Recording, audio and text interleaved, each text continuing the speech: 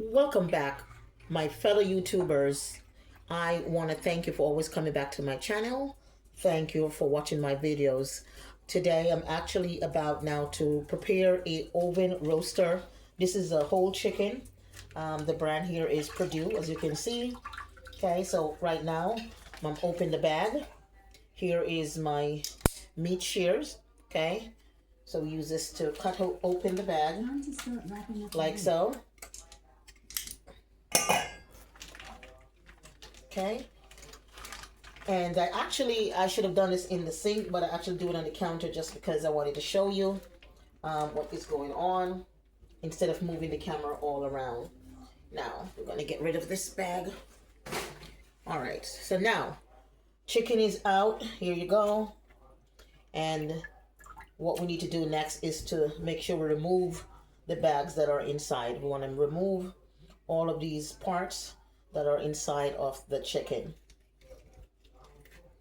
All right, so now what I just found out is I need to actually have it, let's see, still it's a little frozen on the inside.